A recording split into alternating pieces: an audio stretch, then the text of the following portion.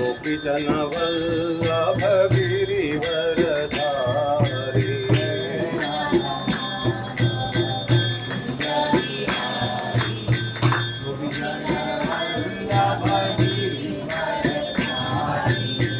यशोधानंदन ब्रज जन रंजन,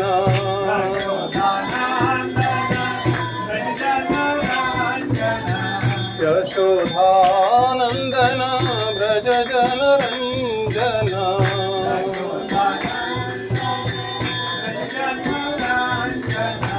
यमुना तीरवनचारी,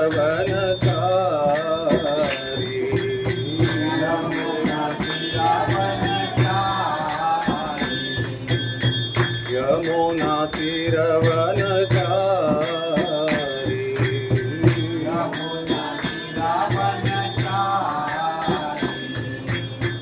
जय राधा माधव कुंज बिहारी, गोपीजन वल्लभ गिरिवरधारी।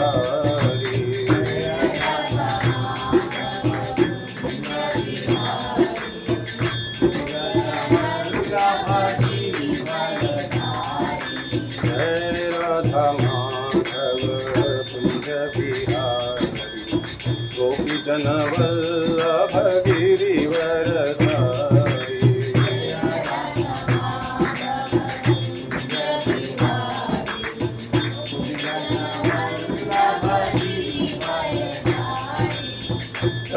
यशोधानंदन ब्रज जन रंजन,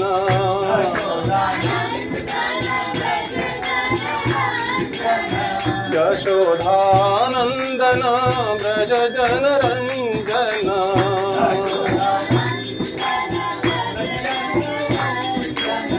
यमुना तीरवनचारी,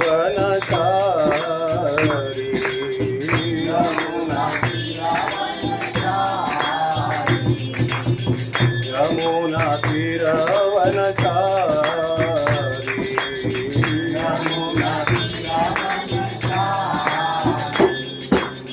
जय राधा माधव कुंज बिहारी, गोपीजन वल्लभ गिरिवरधारी।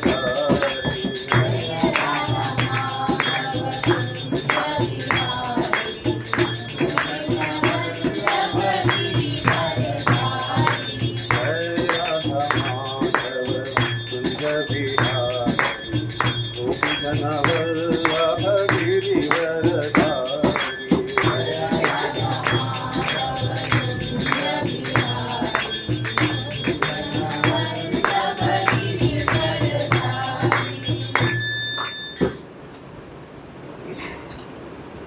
ओम अज्ञानतिमिरान्धस्य ज्ञानाञ्जनशलाकया चक्षुरोन्मिलितं येन तस्मै श्रीगुरवे नमः। श्रीचैतन्यमनोभीष्टं स्थापितं येन भूतले स्वयं रूप कदा मह्यं ददाति स्वपदाङ्कितं। वन्देऽहं श्रीगुरुः श्रीयुतापदकमलं श्रीगुरुं वैष्णवांश्च। श्रीरूपं साग्रजाता सहगणा रघुनाथान्वितं तं सजीवं साद्वैतं सावधूतं परिजनासहितं कृष्णचैतन्यदेवं श्रीराधा कृष्णपादा सहगणा ललितां श्रीविशाखान्वितांश्च। हे कृष्णा करुणा सिन्धु दीनबन्धो जगत्पते गोपेश गोपिकाकान्त श्रीराधाकान्त नमोस्तुते।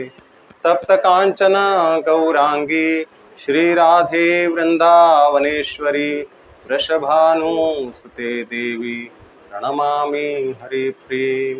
वाञ्छाकल्पतरुभ्यश्च कृपा सिन्धुभ्य एव च प्रतीतानां पावनेभ्यो वैष्णवेभ्यो नमो नमः। जय श्री कृष्ण चैतन्य प्रभो नित्यानंद श्री अद्वैत गदाधर श्रीवासादि गौर भक्तवृंद। हरे कृष्णा कृष्णा कृष्णा हरे हरे, हरे राम राम राम हरे हरे।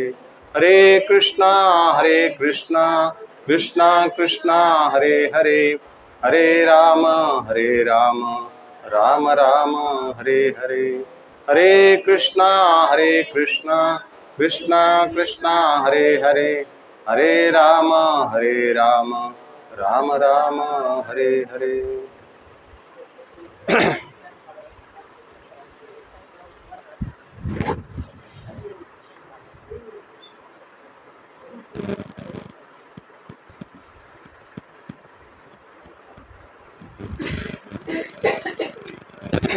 हरे कृष्णा। भी थर्सडे 31 को बलराम जयंती हुआ, तो मैंने सोचा कि आज थोड़ा बलराम जी के बारे में बताएंगे।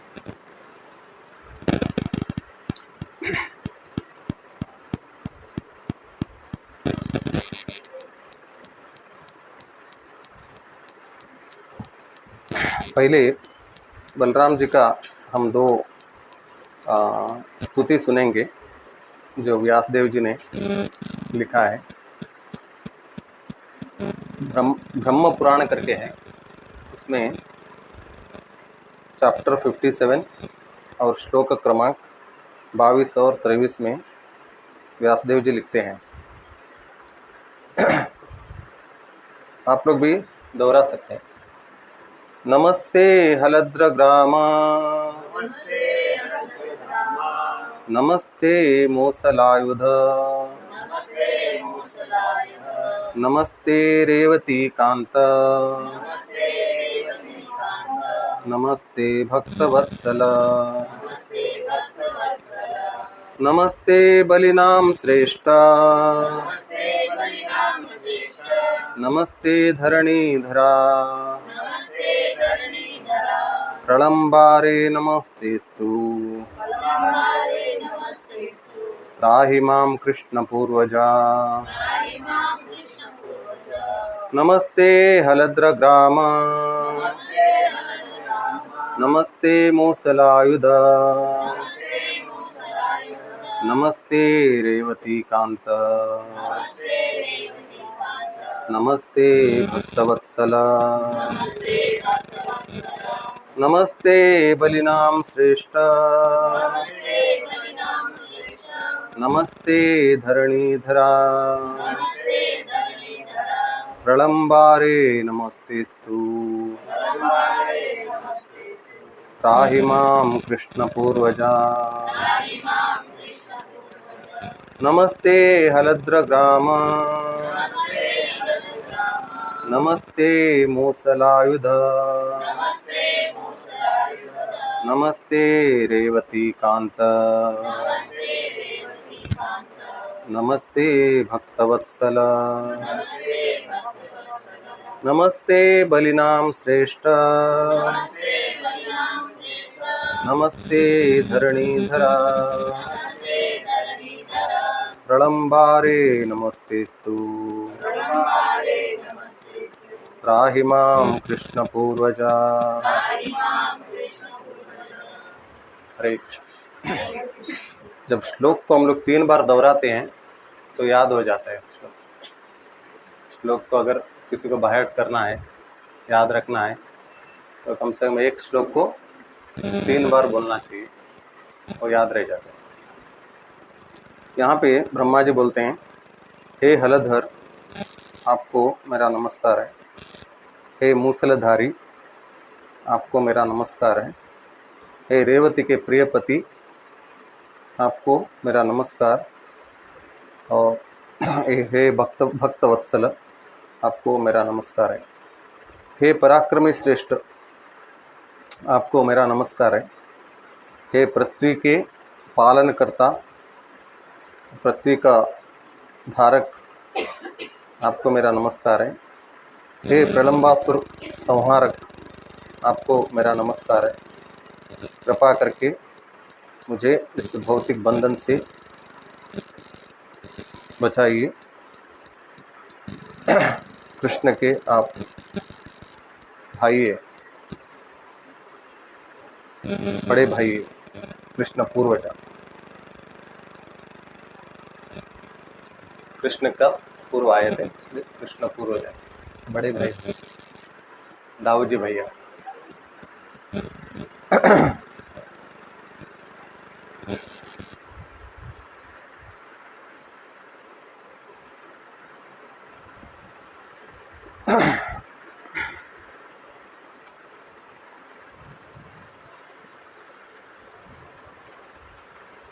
31 को मैं ऐसा बैठा था, मैंने सोचा बलराम के ऊपर एक भजन लिखूं। तो मैंने बहुत भजन लिखा है पहले, कन्नड़ में, कोंकणी में। तो ये भजन भी कोंकणी में है, इसलिए मैं अभी गाएगा नहीं आप लोग को समझेगा नहीं। तो मैंने बैठे बैठे एक भजन लिखा। तो गुरुवार को ऑनलाइन प्रोग्राम था इस्कॉन का, कोंकणी लोग का, ऑल ओवर वर्ल्ड का। उसमें मेरा बलराम जी के बारे में बोलने का था, तभी मैंने उस भजन को गाया। जितने भी कोंकणी लोग इस्कॉन में है पूरा वर्ल्ड में, वो लोग उस ऑनलाइन इसमें है। उसका नाम है भागवत पुराण कोंकणी वेबसाइट। उसमें एवरीडे कुछ ना कुछ प्रोग्राम रहता है, एवरीडे 40 से 50 लोग मिनिमम रहते हैं उसमें। तो मैक्सिमम 70 के ऊपर भी रहते हैं। उसमें उन्होंने नित्यानंद का बलराम जी के बारे में मुझे दिया था बोलने को। मैं सोचा वही लेक्चर अभी आज यहाँ पे देंगे, और कल प्रोग्राम में संडे का तो हम याद कर सकते हैं, याद रख सकते हैं बलराम का पास्ट टाइम। गौरंग महाप्रभु बोलते थे, अगर आपको एक भगवान का पास्ट टाइम्स को कुछ याद रखना है तो उसको 2-3 बार उसको दोहराएंगे, तो उसके बाद आपको 1 साल के बाद भी याद रहेगा वो ऐसे बोलते थे। तो पहले हमको समझना है बलराम जी कौन है।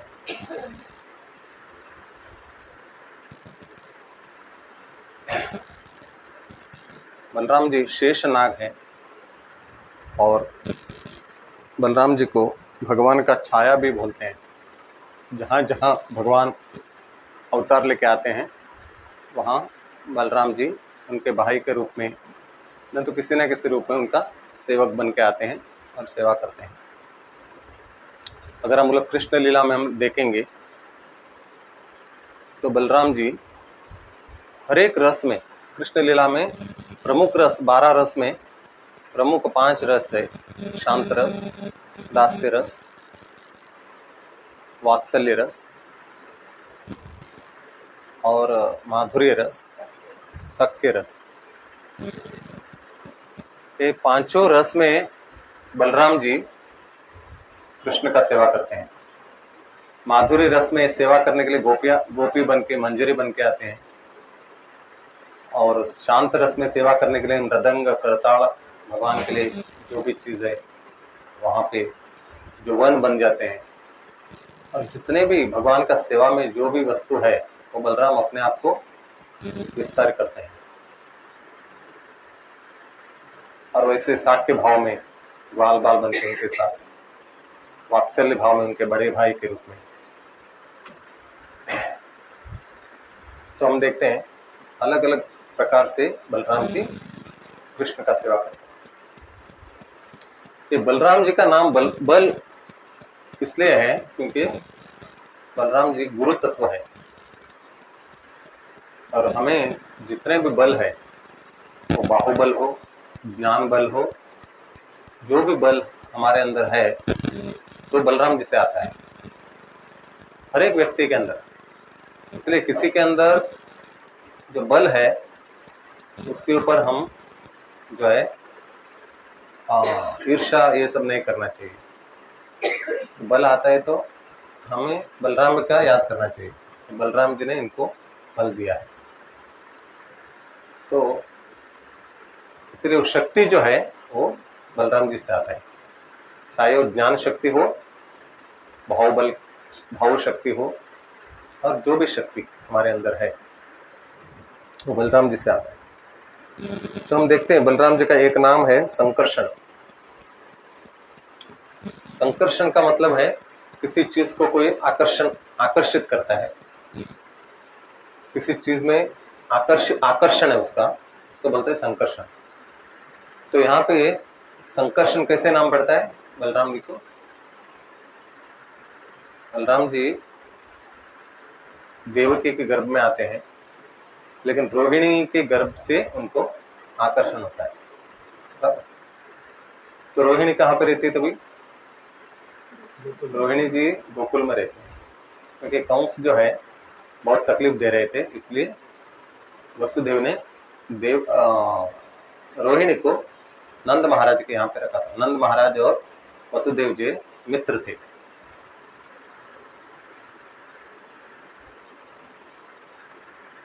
तो यहाँ पे अगर बलराम जी को रोहिणी का गर्भ में आकर्षण है तो सीधे रोहिणी के गर्भ में भी आ सकते थे, बराबर।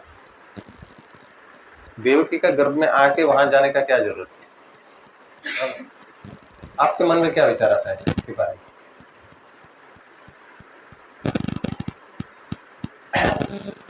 पहली बात है, बलराम जी गुरु तत्व है, बराबर। गुरु जो है, भगवान को अगर आना है किधर, गुरु व्यवस्था करते हैं भगवान को आने के लिए। अगर हमारे अंदर भगवान को हमको बुलाना है तो हमको गुरु का शरण में हम जाते हैं, बराबर। गुरु हमको ऐसे योग्य बनाते हैं कि भगवान को हम अपने हृदय में बिठा लें, बराबर। तो वैसे ही बलराम जी पहले आते हैं हमको सिखाने के लिए, ताकि अगर भगवान यहाँ पे देवकी के गर्भ में आने वाले हैं तो पहले मुझे जाना पड़ेगा भगवान के लिए, और पीठ तैयार करना पड़ेगा ठीक से। तो भगवान इसलिए वहां पे पहले आते हैं देवकी के गर्भ में। वहां से भगवान जो है, भगवान जानते थे रोहिणी के गर्भ से इनको आकर्षण है, इसलिए योग माया के बोलते हैं इनको अभी रोहिणी के गर्भ में लेके जाओ।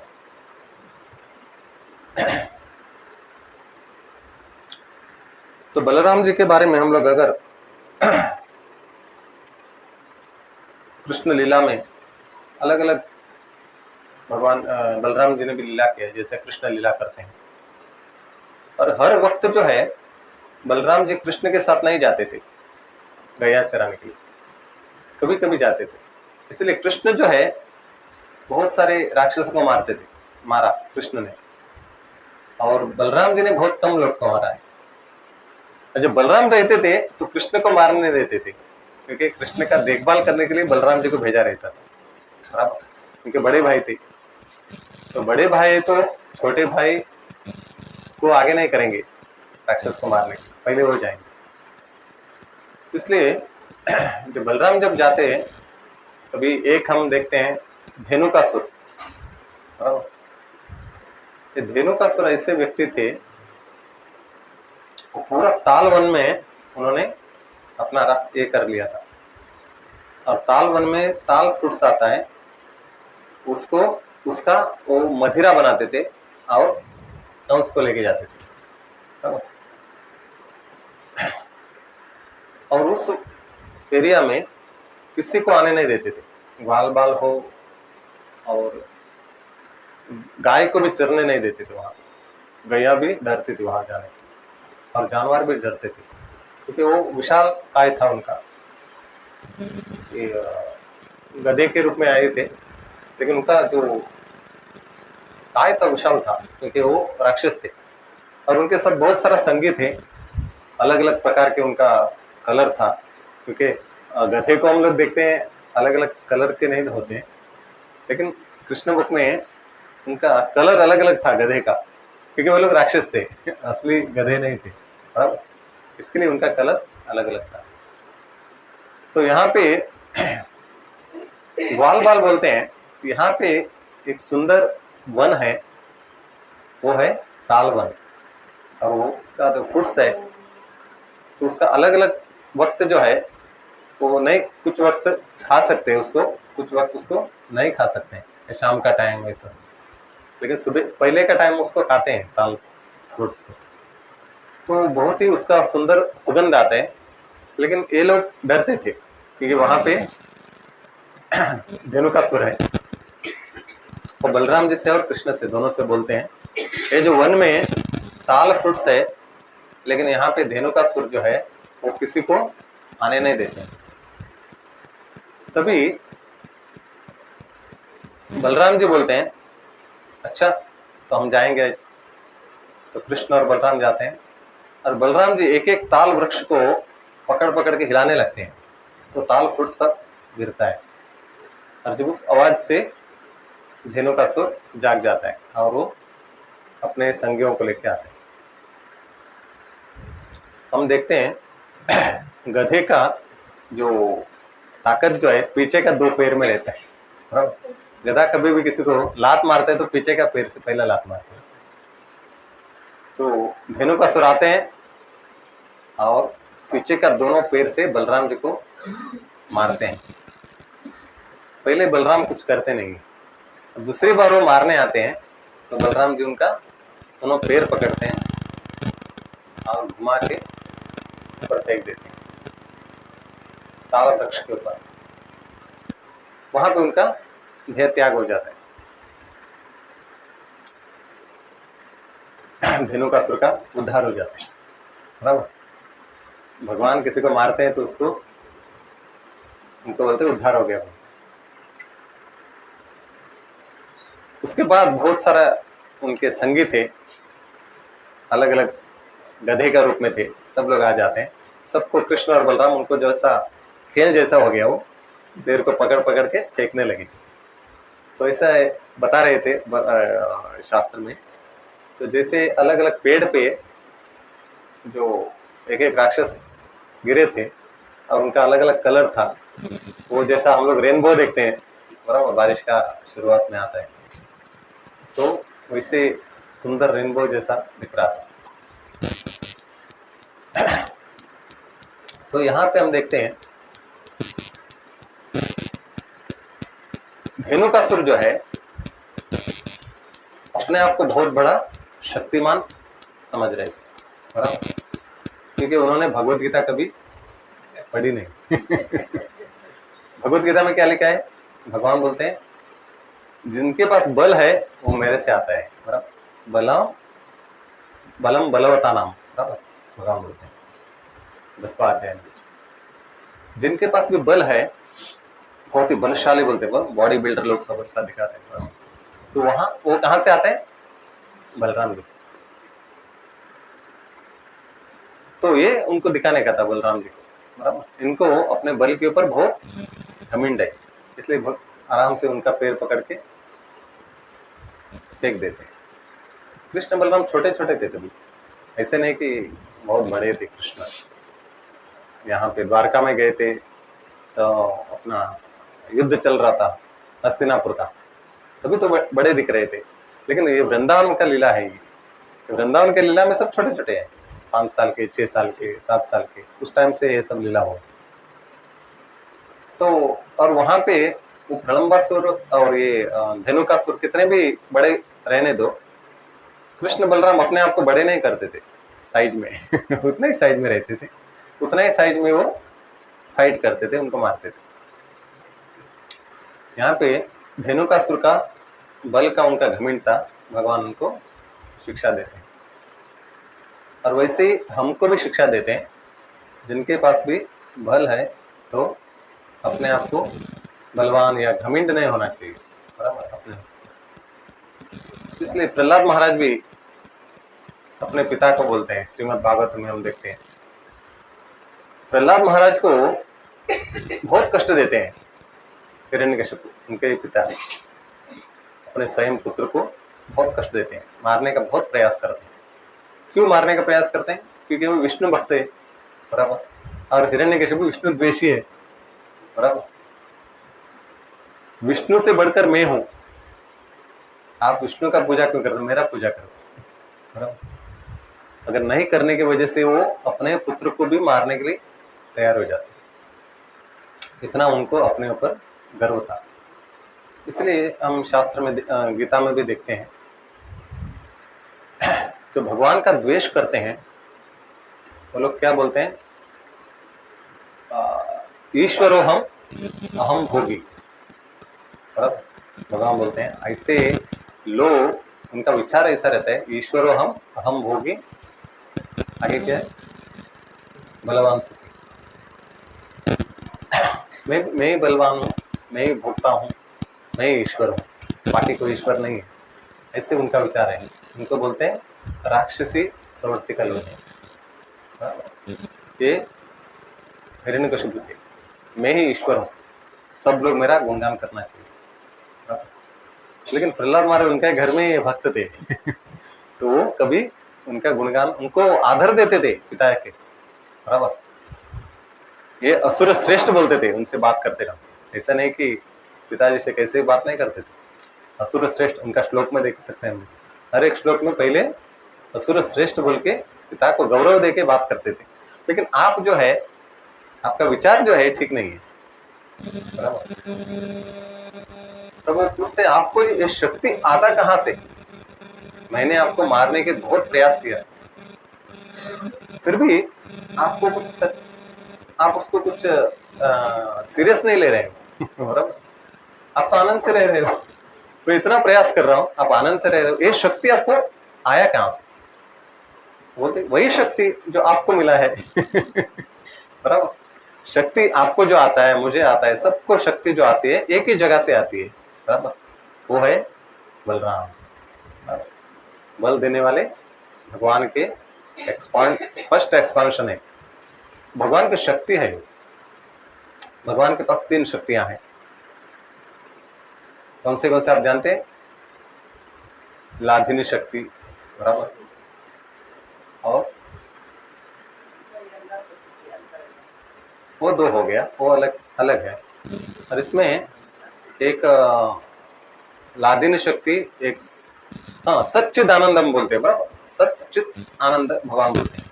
ये चित्त शक्ति बोले तो बलराम जी, ज्ञान शक्ति है, बराबर। और आनंद बोले तो लाधिनी शक्ति राधा रानी, बराबर, हम बोलते हैं। और सत्य बोले तो भगवान कृष्ण।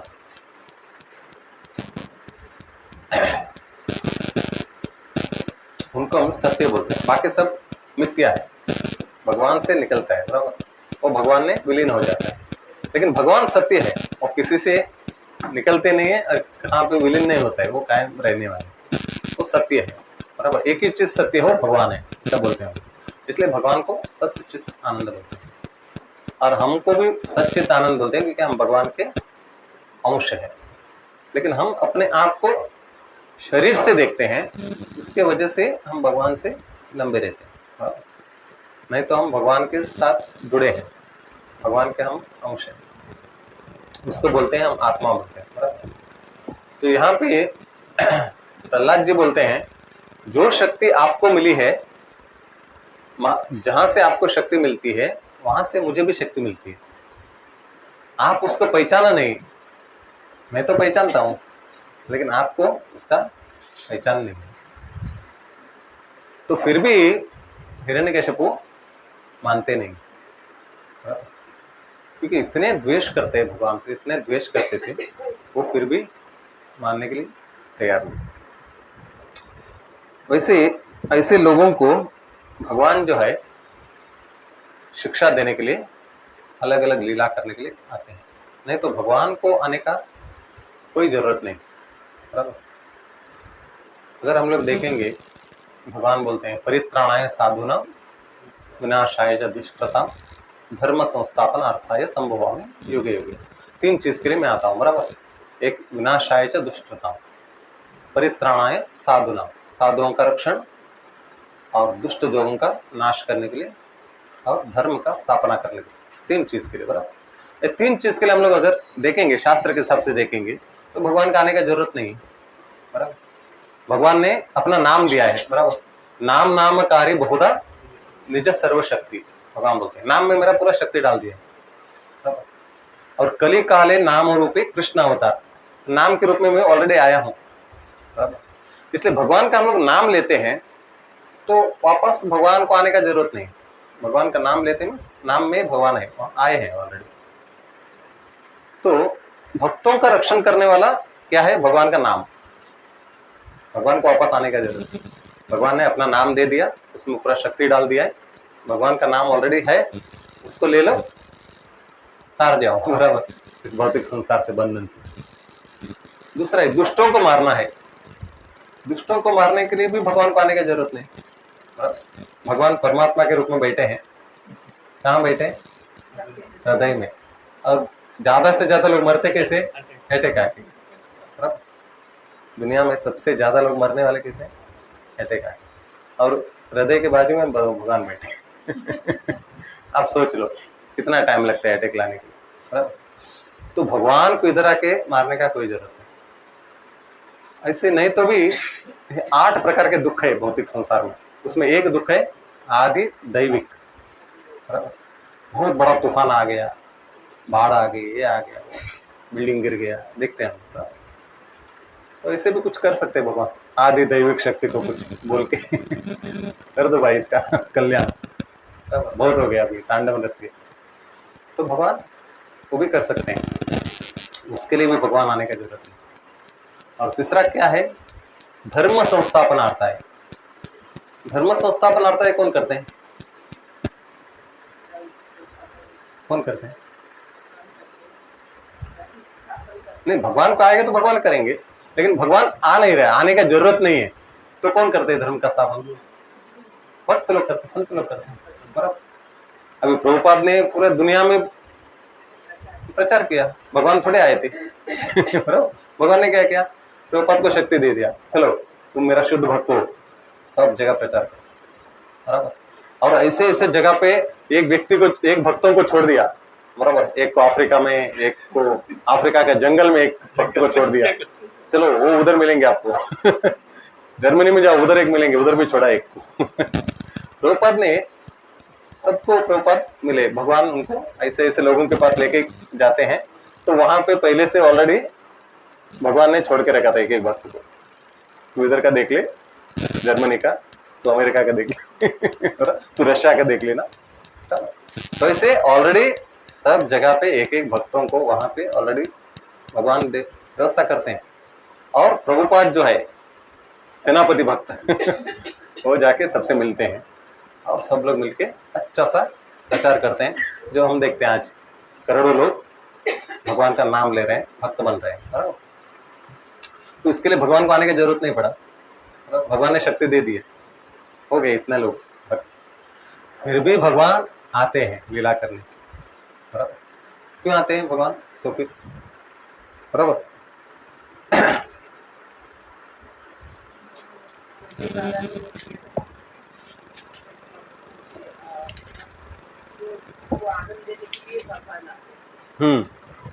हाँ, बराबर बराबर। हाँ, ये सही बात है, उनको आने का कोई जरूरत नहीं। लेकिन भगवान जो है भक्तों से इतना प्रेम करते हैं, तो भगवान को आना पड़ता है उनको आनंद देने के लिए। तो मैं कुछ लीला करूंगा तो भक्त लोग को क्या है, नहीं तो प्रजल्प तो नहीं करेंगे भक्त लोग, उनको कुछ तो भगवान के बारे में बोलने का है। अगर मैं कुछ लीला करूंगी तो बोलेंगे ना वो लोग, बराबर। नहीं तो क्या बोलेंगे? तो लीला करेंगे तो शास्त्र बन जाता है, बुक में लिखते हैं, वो पढ़ेंगे, नहीं तो एक दूसरे से कथा करेंगे, बोलेंगे, तो उसमें आनंद लेंगे। बराबर। और मेरा भगवत धाम आ जाएंगे। तुष्यंति च रमन्ति च। कौन सा श्लोक है? मच्चिता मद्गत प्राण बोधयन्तश्च परस्परम कथयन्तश्च माम नित्यम तुष्यन्ति च रमन्ति च। मच्चिता मद्गत प्राण, मेरे बारे में भक्त लोग बोधयन्तश्च परस्परम, एक दूसरे को बोधन करेंगे।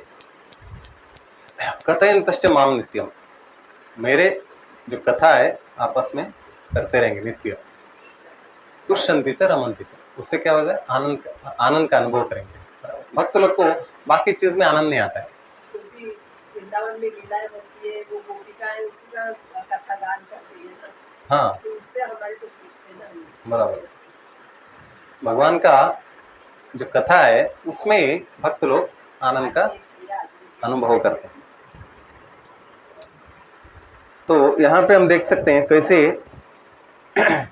भगवान, जो शास्त्र में भी लिखा है, जो भक्तों का आनंद देने के लिए भगवान जो है आते हैं। उसका एक श्लोक है, उसको ढूंढ रहा था।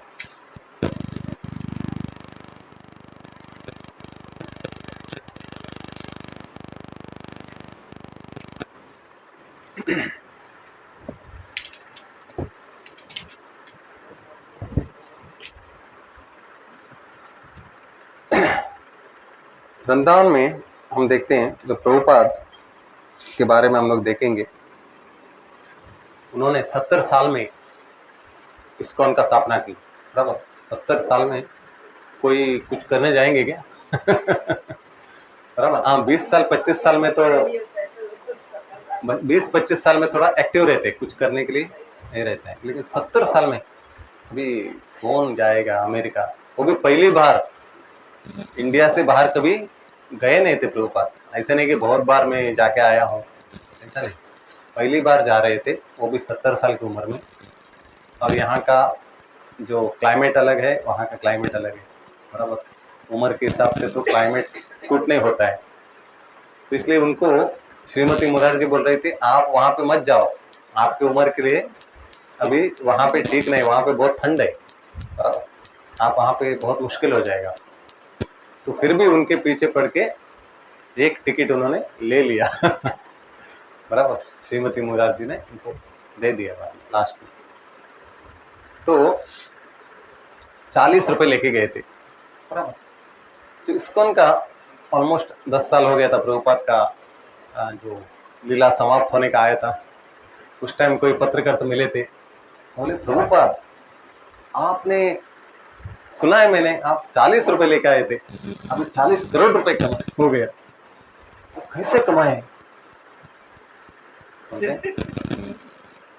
प्रभुपाद बोलते हैं ये बहुत बड़ा बिजनेस है ये। अगर आपको इसका जानकारी चाहिए तो आपको इधर ज्वाइन करना पड़ेगा आपको। तो यहाँ पे हम देखते प्रभुपाद ने शुरुआत में बोला था 6 लोग थे प्रभुपाद के साथ न्यूयॉर्क में। कितने लोग? 6 लोग। तो किसी ने पूछा आपका जो संस्था का नाम international society for Krishna conscious, अरे हाई 4 लोग सामने बैठे, प्रभुपाद बैठे, 6 लोग बैठे, इंटरनेशनल सोसाइटी फॉर कृष्णा को, अभी तो करोड़ों लोग हैं, उस टाइम की बात है 1966 की बात। तो प्रभुपाद बोलते हैं कितने शिष्य है आपके, कितने मंदिर है, इंटरनेशनल सोसाइटी आपने इतना बड़ा नाम दे दिया। मेरे 10,000 शिष्य है, 108 मंदिर है। तो प्रभुपाद ने झूठ नहीं बोला। झूठ बोला भी है नहीं भी है।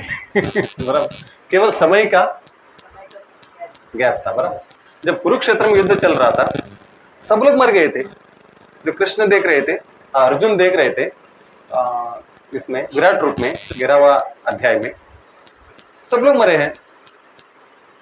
सब लोग मुंह में डाल रहे हैं भगवान का, सब लोग मरे और सामने सब लोग खड़े भी हैं। बराबर सब लोग भगवान के मुंह में जा रहे हैं और इसका मतलब मर गए ना, सबको अंदर के चले गए। तो विराट रूप से बाहर आते हैं कृष्ण, जो अर्जुन देखते हैं सब लोग इधर ही खड़े हैं युद्ध के लिए तैयार होके। बराबर तो भगवान बोलते हैं अरे मैंने तो देखा अभी सब आपके मुंह में जा रहे थे, ये कहाँ से आ गए? नहीं वो तो होने वाला है, टाइम है, नहीं कोई समय क्या ये है।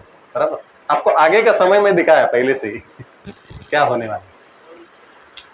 तो वैसे ही प्रभुपाद जानते थे क्या होने वाला है। तो प्रभुपाद जाते टाइम 108 मंदिर बना के ही गए, 10,000 शिष्य बना के ही गए। बराबर कहाँ भी जाते थे वो बोलते थे, अगर हम देखें अभी जो मंदिर में जाते हैं राधा रास बिहारी में, बराबर वहां पे कोई जाते भी नहीं थे, वहां पे बहुत ही स्लम एरिया था, वो इतना स्लम एरिया कि वहां पे कीचड़ बहुत था और इतने मच्छर थे मोटे मोटे, बराबर घूम नहीं रहते थे। फिर भी गिरिराज महाराज जैसे जो भगवान के प्रभुपाद के शिष्य थे, वो लोग को प्रभुपाद ने छोटा सा झोपड़ी बना के दिया था, ये जगह हमारा है, यहाँ पे कृष्ण मंदिर बनेगा। वो लोग भी बोलते थे अरे ये यहाँ पे झोपड़ी में एक कीचड़ में किधर कृष्ण मंदिर आप बना रहे हैं? नहीं नहीं ये सबसे प्राइम एरिया हो जाएगा, बाद में कृष्ण आएंगे यहाँ पे तो ये सबसे बड़ा मुंबई का बड़ा हो जाएगा, आप खाली रहो और सेवा करो भगवान का। आज हम देखते हैं जू कैसे है, बराबर। जितने भी फिल्म स्टार है वहाँ पे रहते हैं बड़े बड़े, बराबर। 80% फिल्म स्टार वहाँ पे रहते हैं, ये एरिया में। आप सोच सकते हैं बड़े बड़े इंडस्ट्रियलिस्ट लोग वहाँ पे रहते हैं। उसके बाद चौपाटी में प्रभुपाद का एक प्रोग्राम था भारतीय विद्या भवन में, बराबर। भारतीय विद्या भवन में प्रोग्राम करके प्रभुपाद बाहर आए और दरवाजे के सामने खड़े हो गए। यहाँ पे एक मंदिर बनने वाला है जो गोपीनाथ मंदिर अभी बना है, उंगली दिखा के, बराबर। यहाँ पे एक मंदिर बना है, बनने वाला है। तो हम देखते हैं वहां पे राधा गोपीनाथ मंदिर बना, वो भी कैसा, इतना छोटा सा रूम था, इतना, इससे भी छोटा था राधा गोपीनाथ मंदिर, बराबर। पहले शुरुआत में 30 साल पहले। तो बाद में आजू बाजू में सब क्लासेस था, कोई भोला क्लासेस था, कोई योगा क्लासेस था, अलग अलग ये थे। तो एक एक जो है लेते गए, बराबर। लेकिन बाजू में भोला क्लासेस था, वो छोड़ ही नहीं रहे थे। ये सब डबल पैसा देके लिया उनसे। आज भी हम देखते हैं आजू बाजू का बिल्डिंग में महाराज ने डबल पैसा दिया, क्योंकि वो नहीं जाने वाले हैं, बराबर। वो पागड़ी सिस्टम है ना, जाते नहीं महाराज को, क्योंकि भक्त लोग बढ़ गए हैं, भक्तों का अवश्य ये है, जगह नहीं है, तो कैसे भी करके उनको ये करना पड़ेगा। तो वहां पे भोला क्लासेस था, तो भोला क्लासेस वाले छोड़ ही नहीं रहे थे। तो महाराज से सब लोग आके बोलते हैं भोला क्लासेस वाले वो जा नहीं रहे हैं, क्या करें। नहीं, अभी गोपीनाथ जी आ गए हैं। गोपीनाथ त्रिभंग फॉर्म है ना भगवान का, बराबर। फिर ऐसा करके बांसुरी लेके खड़े, 3 साइड में टेढ़े हैं भगवान के ना खड़े होते। तो भगवान आ गए, अभी भगवान एक किक मारेंगे ना तो भोला क्लासेस हरी भोला क्लासेस हो जाएगा और थोड़े दिन में क्या हो गया, भोला क्लासेस गया, वहां पे हरी भोला क्लास हो गया। अभी वहां पे अपना कृष्ण के बारे में अलग अलग ये सब होता है, सेमिनार वो सब होता है। तो भगवान जो सोचते हैं, भगवान कुछ करना चाहते हैं तो भगवान करेंगे, अगर विश्वास सबको भगवान के ऊपर रखना चाहिए। तो प्रभुपाद ने भी भगवान के ऊपर पूर्ण विश्वास था उनको, अपने मैं इतना कर रहा हूँ ऐसा कुछ प्रभुपाद को नहीं था, ये प्रभुपाद को पहले से था। एक बार इनको एक जगह चाहिए था, तो सब लोग बोले एक जगह नहीं मिल रहा है कृष्ण मंदिर के लिए। प्रभुपाद के पास आए, अच्छा आपने बलराम जी का प्रार्थना नहीं किया ऐसे जगह नहीं मिलेगा, आपको भगवान के लिए मंदिर बना रहे हो, आप पहले बलराम जी के पास जाओ, प्रार्थना करो। तो सब लोग भगवान से, बलराम जी से रोज प्रार्थना कर रहे थे। कुछ महीने के बाद एक जो उनका शिष्य थे प्रभुपाद के, उनके सपने में बलराम जी आए बराबर, और आके वो बोले कहाँ जाना है, किससे बात करना है, क्या करना है, सब उस बोल के वो जगह उनको मिल गया, बराबर। वो प्रभुपाद को आके बोले, प्रभुपाद बलराम जी खुद आके मुझे गाइड कर रहे थे सपने में। ऐसे हम लोग देख सकते हैं बलराम जी है वो गुरु तत्व है। कहाँ पे भी हम जाएंगे और किसी के भी अंदर, अपने अंदर भी जो है उसको भी हम बलराम जी से, हम हमारे अंदर जो ज्ञान है, जो बल है, वो बलराम जी से आया है वो समझने का। और किसी के अंदर भी बल है, अपने से ज्यादा ज्ञान है, तो ईर्ष्या नहीं करना चाहिए, वो भी बलराम ने ही दिया है मुझको, बलराम बराबर बलराम जी से आता है, उसका गौरव करना चाहिए। उसका खुद का ज्ञान नहीं हो, वो बलराम जी से आता है, इसके लिए उसको गौरव करना चाहिए, ईर्ष्या नहीं करना चाहिए। तो दूसरा है भगवान बलराम जी है और एक राक्षस को मारते हैं, उनका नाम है रलंबासुर। रलंबासुर जो है वो कैसे आए थे, ग्वाल बाल बन के आए थे, बराबर। ग्वाल बाल बन के इनके झुंड में आ गए। तभी उनका गेम अलग अलग दिन में अलग अलग गेम होता था ग्वाल बाल के बीच में। तो उस दिन क्या था, कुश्ती था, बराबर। कुश्ती की कुछ रस्सी खींचना जो कुछ था, बराबर। वो कौन हार जाता है, जीतने वाला पार्टी को अपने कंधे पे लेके जाना है, बराबर। और ज्यादा करके है ना कृष्ण का पक्ष हारते रहते थे वो प्रलंबासुर भी जानते थे, अभी मैं बलराम जी का पक्ष में जाएगा तो बलराम जी का पक्ष तो भिन्न होएगा, तो चांस ज्यादा है। कृष्ण का पक्ष हर टाइम कृष्ण हारते रहते हैं, तो मैं कृष्ण का पक्ष में जाता हूँ, बराबर। कृष्ण पक्ष में गए और उस वक्त भी वही था, अगर कौन हारेगा वो कंधे पे लेके जाना है। वहाँ एरिया में घूमना है बस। तो कृष्ण हार जाते हैं नॉर्मली, हर टाइम हारते हैं वैसे। तो प्रलंबासुर सोचते हैं अभी मैं बलराम जी को पहले कंधे पे लेगा और बलराम जी को पहला मारूंगा मैं, तो कृष्ण को मारना आसान हो जाएगा। नहीं तो कृष्ण को मारना बहुत मुश्किल है। मैंने सुना बहुत राक्षस को कंस ने भेजा था, लेकिन कोई रिटर्न आए नहीं बराबर, मथुरा में वापस गए नहीं। तो इसलिए उसको मारना इतना आसान नहीं। अगर बलराम जी को मैं मारूंगा तो आधे मर जाएंगे कृष्ण बराबर, बाकी आधा रहेंगे, उनका ताकत जो आधा निकल जाएगा, उनके भाई का देहांत होने के बाद। तो ऐसे वो अपने मन में सोच रहे थे और बलराम जी को लेके जाते हैं। बलराम जी आराम से आनंद से बैठ के जा रहे थे, तो बहुत लंबे तक लेके जाते हैं। तो बलराम सोचने लगते हैं ये भगवान से मुझे दूर क्यों लेके जा रहे हैं, कृष्ण से, मेरा भाई से ये मुझे लंबे क्यों लेके जा रहे हैं। अपना जो रूल्स था वो वहां पे घूमने का था, ये मुझे बहुत लंबे लेके आ रहे हैं। तो बलराम जी तभी सोचने लगते हैं ये जो है ये ग्वाल बाल नहीं है, ये दूसरा कोई है, बराबर। तो उनको पता चलता है ये राक्षस है, कंस ने भेजा हो। तो बलराम जी क्या करते हैं, अपने आप को वजन बढ़ाते हैं, खुद को नहीं बढ़ाते हैं शरीर को नहीं बढ़ाते हैं, खाली वजन बढ़ाते हैं, बराबर। और एक सर पे है ना मुट्ठी से मारते हैं, तो वहां पे प्रलंबासुर का देहांत हो गया। तो यहाँ पे बलराम जी हमको क्या सिखाते हैं, जो व्यक्ति भगवान से हमको दूर लेके जाते हैं वो द्वेषी है भगवान का, बराबर। वो भगवान से द्वेष करता है, इसके लिए हमको भगवान से दूर लेके जाते हैं। दूसरा यहाँ पे हम लोग सीख सकते हैं, भगवान का द्वेषी लोग बहुत कपटी लोग रहते हैं। वो क्या करते हैं, कभी कभी भगवान के भक्त के रूप में आते हैं, बराबर। भक्त के रूप में आएंगे ताकि विश्वास करेंगे लोग, उसके बाद उनको फंसाएंगे। हमारे हरे कृष्ण मूवमेंट में बहुत लोग हैं ऐसा, आते हैं, बराबर। बहुत मुश्किल है समझना। बीच में अभी मीरा रोड से एक मैसेज आया था, एक व्यक्ति थे हरे कृष्ण में आए और बहुत लोगों से तिलक लगाया, उनकी माला, ये सब अच्छा सा पहचान करके लिया, सबसे ये किया। बाद में उन्होंने पैसे का चालू किया क्या है, इंटरेस्ट। बैंक में आपको 5% देता है तो हम 25% देंगे, 10-20% देंगे लोगों को थोड़ा ये होता है। और भक्त लोग क्या करते हैं, बाकी लोग से विश्वास नहीं करेंगे, भक्तों से विश्वास करेंगे, उनको पता रहता है, बराबर।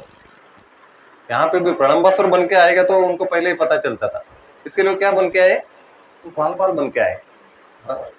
ग्वाल बाल बनेंगे तो मैं इनके साथ खेल सकता हूँ, साथ में रह सकता हूँ, बराबर। एक दूसरे से मित्रता हो सकती है, बराबर। खेल कूद में भाग ले सकता हूँ, उन्होंने ऐसा सोचा।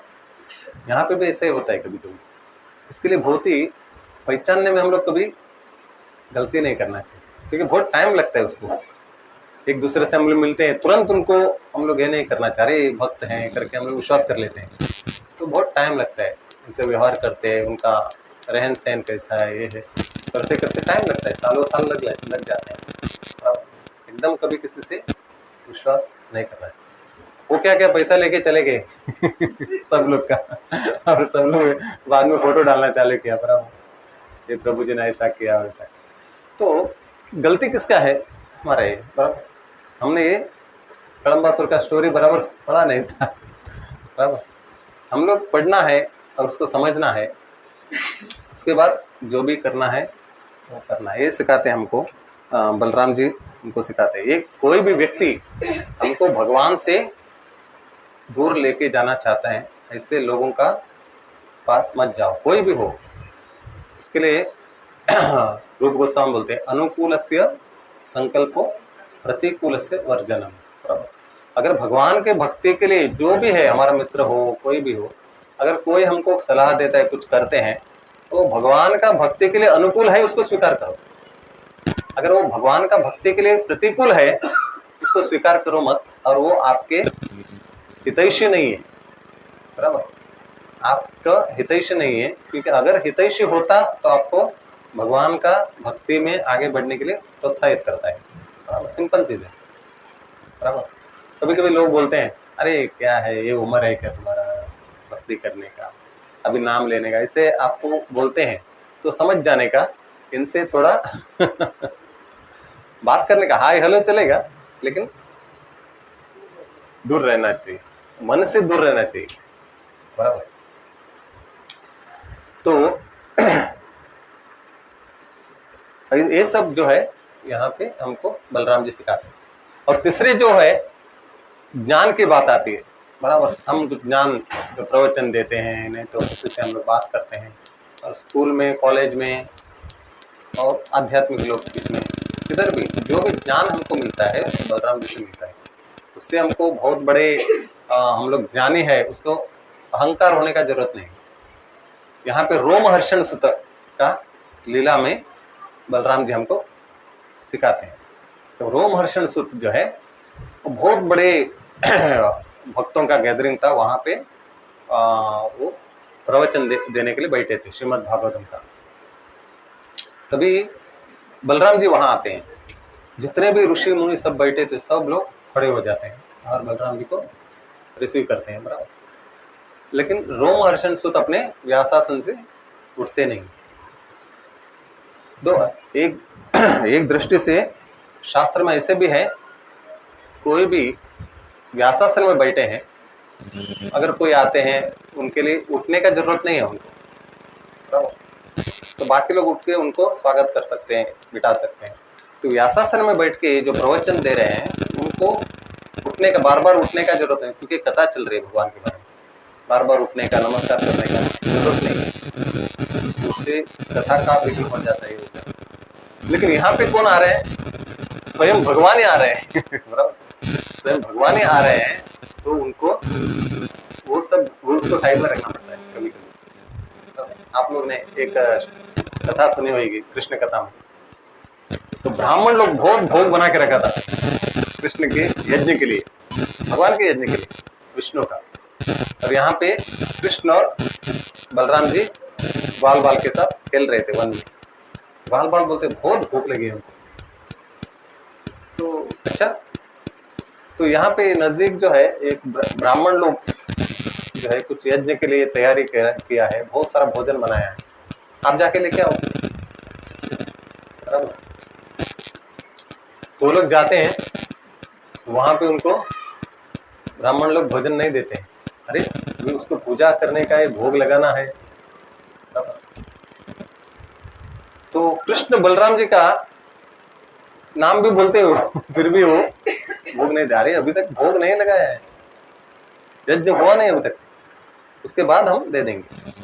तो वापस आ जाते हैं, तो कृष्ण को बोलते हैं, बलराम जी को बोलते हैं हमको भोग नहीं दिया। तो वो बोलते हैं एक काम करो, आप उनके घर में जाओ, उधर नहीं मिला ना जो यज्ञ स्थली में, आप घर पे जाओ और माताओं के साथ पूछो। और वो पूरे ब्राह्मणों के पत्नी के पास जाते हैं और बोलते हैं कृष्ण बलराम आए हैं, उनको बहुत भूख लगी है, भोग चाहिए। तो लोग जितने भी भोग ब्राह्मण के लिए बनाया था वो यज्ञ के लिए, वो सब देते हैं। अरे कृष्ण स्वयं इधर आए हैं बराबर, ये तो कृष्ण के लिए तो बनाया था, और कृष्ण स्वयं आए हैं तो सब भोग देते हैं। तो यहाँ पे हम देखते हैं, इसलिए भगवान जो है ब्रजवासी सिंपल लोग, ब्रजवासी लोग है, सरल और सिंपल लोग है, इससे भगवान को वो लोग गाली भी देगा ना भगवान को अच्छा लगता है। ऐसे ब्राह्मण लोग बड़े बड़े मंत्र बोलेंगे ना तो भगवान को अच्छा नहीं लगता है, और ऐसे बाल बाल लोग भगवान को गाली भी देते थे भगवान को अपना लीला में, तो भगवान को अच्छा लगता था, क्योंकि उनका प्रेम देख के। बराबर, भगवान जो है, भगवान के पास ज्ञान का कोई कमी नहीं है। बराबर, ज्ञान का सागर है, और जिनके पास, ब्राह्मणों के पास ज्ञान आता है वो भी भगवान से आता है। बराबर, और उनको उतना घमंड होने का भी जरूरत नहीं है, क्योंकि वो ज्ञान आता है भगवान से। लेकिन ये जो ब्राह्मण पत्नियां, उनके पास इतना ज्ञान नहीं है, लेकिन वो जानते हैं भगवान जो है सब सर्वश्रेष्ठ है। तो भगवान को हम लोग देते हैं तो सब यज्ञ याग को पहुंच गया। बराबर। तो ये सबसे बड़ा ज्ञान की बात है। बराबर। वो भक्त लोग जान सकते हैं। इसलिए जो व्यक्ति भगवान का भक्ति करता है, ऐसे लोगों को भगवान जो सर्वश्रेष्ठ ज्ञान को देता है, 10वां अध्याय में भगवान बोलते हैं ददामि बुद्धि योगम, केवल मन्मनाभो मद भक्तो मध्याजिमो नमस्कार। भगवान का नमस्कार करो, भगवान का ध्यान करो, पूजा करो। बराबर। ऐसे लोगों को भगवान क्या करते हैं, पूरा ज्ञान दे देते हैं। और भगवान का से बढ़कर ज्ञान जाने और कौन है। बराबर। सब ज्ञान उनको दे देते हैं कौन से वक्त पे क्या करना चाहिए। तो उन्होंने सोचा नहीं, ब्राह्मण लोग सोच रहे थे भाई क्या करूं मैं, देवों की यज्ञ के बाद में देवों, ऐसा सोच रहे थे लोग। लेकिन ब्राह्मण पत्नी ने वो सोचा नहीं, कृष्ण आए तो लो तुरंत। क्योंकि भक्त लोग को भगवान तुरंत उनको एक्शन करने के लिए बुद्धि दे देते हैं। बराबर। यहाँ पे रोमहर्षण का क्या था, वो उठे नहीं तो बलराम जी को लगता है अरे इनको थोड़ा घुमिंड है अपने ज्ञान के ऊपर। बराबर। तो अपने व्यासासन से मैं खुद आने के बाद भी उठते नहीं है बैठे हैं। बराबर। तो ऐसे लोग व्यासासन में बैठ के प्रवचन नहीं दे सकते हैं, ये व्यक्ति ठीक नहीं है। यहाँ पे भी दूसरे को सिलेक्ट करना पड़ेगा। इसलिए उन्होंने एक तिनका, घास का तिनका लेके उनका गला काट दिया उधर ही। बराबर। और सबको बता दिया देखो मैं शिक्षा इनको इसलिए दे रहा हूँ क्योंकि ये योग्य व्यक्ति नहीं है आपको भागवत सुनाने के लिए, इनके अंदर थोड़ा गर्व था। तो यहाँ पे बैठना है तो एक योग्य व्यक्ति चाहिए, तो इसके लिए मैंने उनको शिक्षा दिया।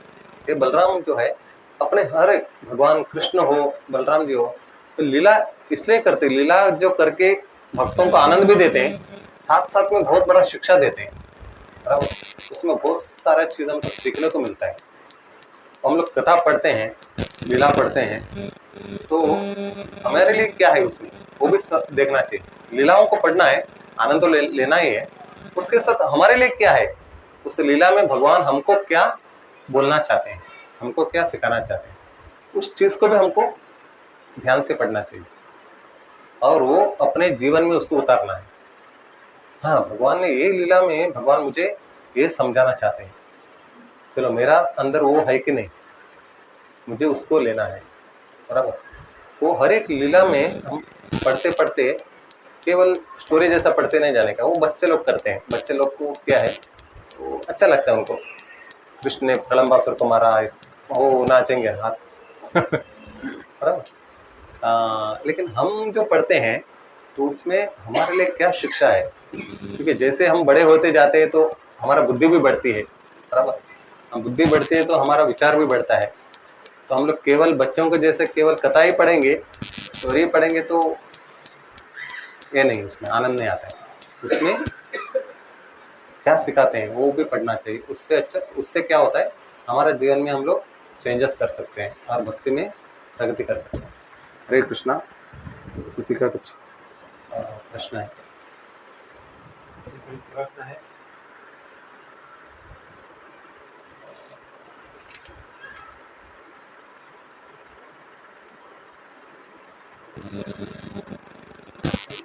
आपने बोला कि जैसा मुगल और सरकार भी एक्सपांशन क्या विशेषता, क्या होती है? विशेषता सेवा भाव, शांत रस में सेवा। तो इसका मतलब है तो हाँ, बलराम जी है, बलराम जी और राधा रानी है ना, पूरा भगवान का सेवा भाव है उनका, पूरा कैसे भी करके भगवान का सेवा करना है बस, क्योंकि उनका शक्ति है ना, वो भगवान का शक्ति बाहर आते हैं ना। एक ज्ञान शक्ति है, एक आनंद शक्ति है। इसलिए हम लोग बोलते हैं राधा और कृष्ण अलग नहीं है, वो एक देवी है लादिनी शक्ति, बाहर आती है तो उनका मूर्तिमान स्वरूप बनता है। तो बलराम जी ऐसे ज्ञान शक्ति है, उससे बाद में अलग अलग व्यूह बनता है, चतुर्व्यूह बनता है, विष्णु आते हैं, क्रिएशन होता है। तो ज्ञान शक्ति बाहर आके क्रिएशन हो सकता है। जैसे लादिनी शक्ति भगवान को आनंद देते हैं, भक्तों को आनंद देते हैं, भक्तों के अंदर भगवान का सेवा करने का ये देते हैं। जैसे बलराम जी बल देते हैं और ज्ञान शक्ति देते हैं, वैसे राधा रानी भक्ति करने का, भक्तों के अंदर भक्ति करने का जो भाव देते हैं, ऐसा है मतलब वो भगवान से आते हैं। जो भक्ति का जो भक्ति का भी बल होता है ना, हाँ, भक्ति का बल है ना, हर एक बल, वो बल बल बोलेगा तो भगवान ये बलराम जी देते, उनका बल का नाम ही वो है।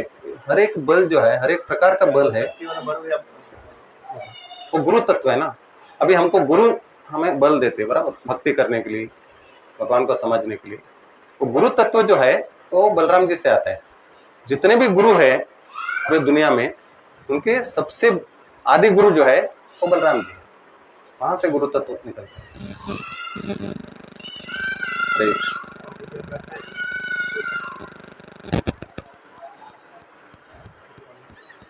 महाभारत के स्टोरी में लास्ट में बलराम के बारे में ज्यादा कुछ नहीं समझते। महाभारत का स्टोरी में भगवान जो है ना, बलराम जी भगवान को अलग अलग तरीके से सेवा करते हैं।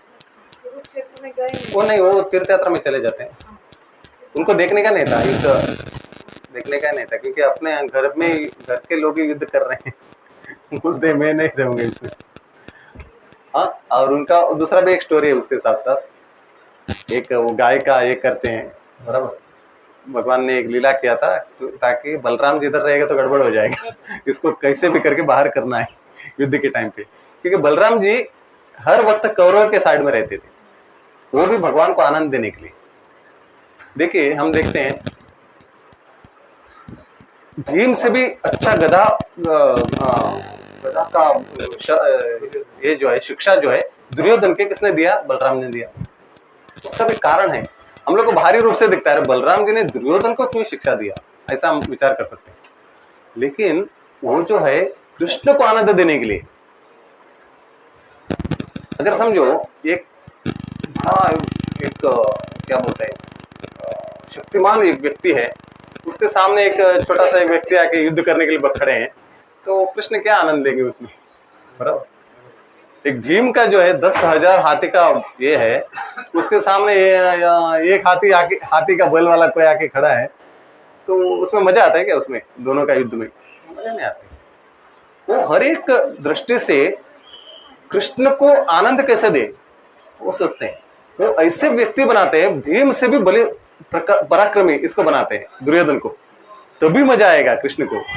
भीम और दुर्योधन जो लड़ रहे हैं ना, वो आनंद तभी कृष्ण ले पाएंगे, क्योंकि दोनों शक्तिमान है, एक से बढ़कर एक, तो जो युद्ध करते हैं ना दोनों, तभी कृष्ण आनंद लेंगे।